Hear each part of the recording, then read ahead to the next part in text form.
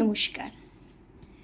মহাভারতে যখন দ্রৌপদীর কুরু রাজসভায় বস্ত্রহরণ করা হয়েছিল, আমরা সবাই জানি সেই সময় বস্ত্রের যোগান দিয়েছিলেন দ্রৌপদীর সখা শ্রীকৃষ্ণ। কিন্তু আর্যতীর্থের একটি কবিতা হাজার হাত, এই কবিতায় একটু অন্যরকম ঘটনা পাই। শুনে যদি আপনাদের ভালো লাগে, আপনাদের মূল্যবান মতামত আমাকে জানাবেন। শুরু করছি আর্যতীর্থের লেখা একটি কবিতা হাজার হাত। আমায় ডেকেছ কন্যা? দরজার বাইরেতে বললেন যিনি, তিনি মহাভারতকার কৃষ্ণ দ্বৈপায়ন ব্যাস। দূত মাধ্যমে তাকে রানী যাজ্ঞসেনী পরম ভক্তি ভরে আহ্বান করেছেন আজ পাণ্ডব অন্তঃপুরে। যুদ্ধের অবসানে ঘন কুয়াশার মতো শোক থিতু বেঁচে থাকা সব মন জুড়ে। দ্রৌপদীর পিতা ভ্রাতা 5 সন্তান সকলে জীবিত ছিল কমাস আগেই। এখন রয়েছে বৈভব, দাস দাসী, রাজ সিংহাসন, শুধু তা দেখার জন্য নেই কোনো হাসি মুখ। আমায় ডেকেছ বাছা? বাইরে বেরিয়ে পাদ্য অর্ঘ্য দেন রানী দ্রৌপদী।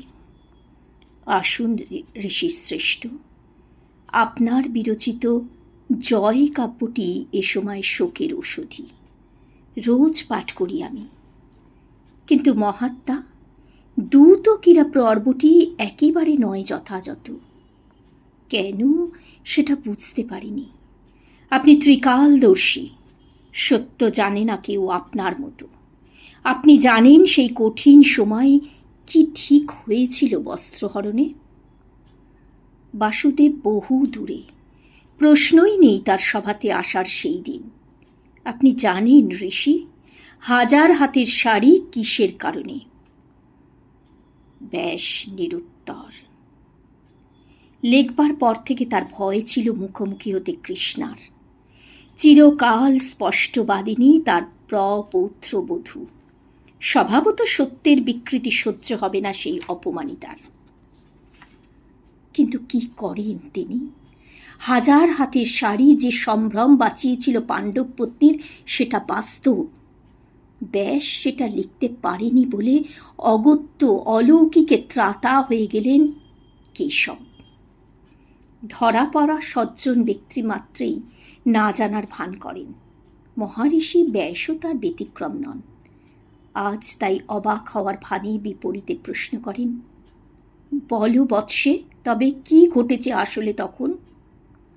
আপনি জানেন মহামুনি, পাশা খেলেন মাতুল শকুনি, কর্ণ দুর্যোধন হাসে প্রতি জয় লাভে। যুধিষ্ঠির দাস হয়েছেন, শৃঙ্খল পরানো তার পায়ে। এ কথাও ভুলেছেন লিখতে কোনোভাবে। শৃঙ্খল না পড়ালে সেই দিনই রাজসভা তছনছ করে দিত বাকি 4 স্বামীরা আমার। অতটা মূর্খ নয় দুষ্ট চতুষ্টয়। ওদের না ভেদে সাহস করবে ছুঁতে কেশ কৃষ্ণার? সব প্রশ্ন দৃষ্টিতে ব্যাস করলেন মাথা নিচু। তারপর বললেন, আসলে জানো তো মা, দুদিকেই ছিল প্রপৌত্র আমার। অতটা ধূর্ত ওরা জেনেও স্নেহতে করেছে বুড়ো কিছুটা ক্ষমা। তা বলে বস্ত্রহরণে সত্যের এমন অপলাপ? আজও মনে পড়ে সেই ভয়ানক দিন। রজস্বালা এক বস্ত্রা সভায় একলা আমি।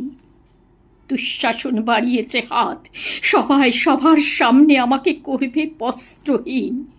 দুর্যোধন, শকুনি, কর্ণের লালা ছড়া দৃষ্টি কামুক। অধোবদনে বসে কুরুবৃদ্ধরা। হঠাৎই হুঙ্কার এলো বামাকণ্ঠে। রাজবধূ ভানুমতির সাথে দুঃশালা হাঁক দেন, কই গেলি তোরা? অমনি অন্তঃপুর থেকে যত কৌরবের রমণীরা বেরিয়ে এলো সেই নারীহীন রাজার সভাতে। ওর গায়ে হাত দিয়ে দেখো হে দেওর। গর্জান ভানুমতি, আমরাও খুলে দেব শাড়ি সাথে সাথে। মুহূর্তে হাত কোটালো দুঃশাসন, চোখ ফেরালো কর্ণ, অধোবদন হলো দুর্যোধন, শকুনি। রাজা ধৃতরাষ্ট্রেরও ফেরে সম্বিত। হাজার নারীর সেই হাজার শাড়ি আমাকে বাঁচিয়েছিল মুনি। সেই অনন্য প্রতিবাদ বাদ দিয়ে হঠাৎই কেন আপনার কাব্যে কৃষ্ণ বাঁচালো কৃষ্ণাকে? বাসুদেব বন্ধু আমার, বিখ্যাত কীর্তিধর দ্বারকাপতি, তাই বুঝি দেবতা বানিয়ে দেন তাকে? বেশ নিশ্চুপ। পুরুষের সমাজে নারী বাঁচালে নারী, এ কাহিনী যে কেউ শুনবে না। তারা চায় প্রতিটি নারীর যেন রক্ষক থাকে। সেটা বলা যায় নাকি এই কন্যাকে? নমস্কার।